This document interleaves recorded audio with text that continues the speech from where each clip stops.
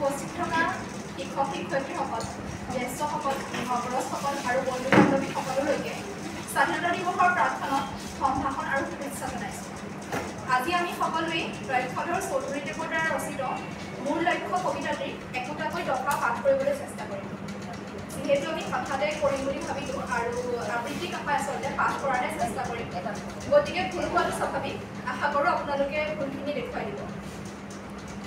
মোৰ লক্ষ্য, মই গান্ধীজীৰ দৰে হওঁ, সদায় সত্য পথত ৰোঁ, অহিংস ব্ৰতেৰে জগত যি সত্য কথাহে কওঁ। মই গান্ধীজীৰ দৰে হওঁ। মই জৱাহৰলাল পৰাধীনতাৰ সাগৰ সাঁতুৰি তৰিম জয়ৰ পাত। মই জৱাহৰলাল। মই হ'ম আজাদৰ দৰে, বচনত ধীৰ, কামত গম্ভীৰ, দেশৰ কাৰণে সকলো স্বাৰ্থ বলি দিম অকাদৰে। মই হ'ম আজাদৰ দৰে। মই নেতাজী সুভাষ হ'ম, বিপ্লৱৰ অগ্নি জ্বলাই, জয় হিন্দেৰে মেদিনী কপাই, পৰ্বত লংঘি সাগৰ নেওচি, মই নেতাজী সুভাষ হ'ম।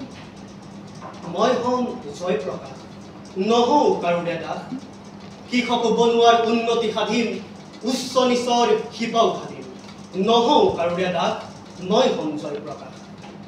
মই হ'ম সৰোজিনী, বিশ্ববিজয়িনী, সুপ্ত ভাৰত জগাই তুলিম খালী এখন জীৱন। মই হ'ম সৰোজিনী। মই হ'ম কৰ্মবীৰ, নামতো নবীন, কামতো নবীন, চিৰ উন্নতশীৰ, বীৰ পুত্ৰ জননীৰ।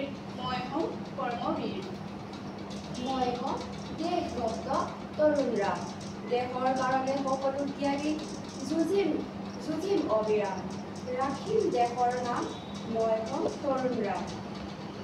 মই হ'ম কনকলতা, প্ৰাণ ঢালি দিম, উদ্ধাৰি আনিম দেশৰ স্বাধীনতা। মই হ'ম কনকলতা। মই কুশল কোঁৱৰ হ'ম, নিৰ্ভীক অহিংসবীৰ, সদায় উন্নতশীল, দেশৰ কাৰণে দহৰ কাৰণে হাঁহি খেলাৰ ৰঙে ডিঙিত চিপ জৰি লওঁ। মই কুশল কোঁৱৰ হ'ম।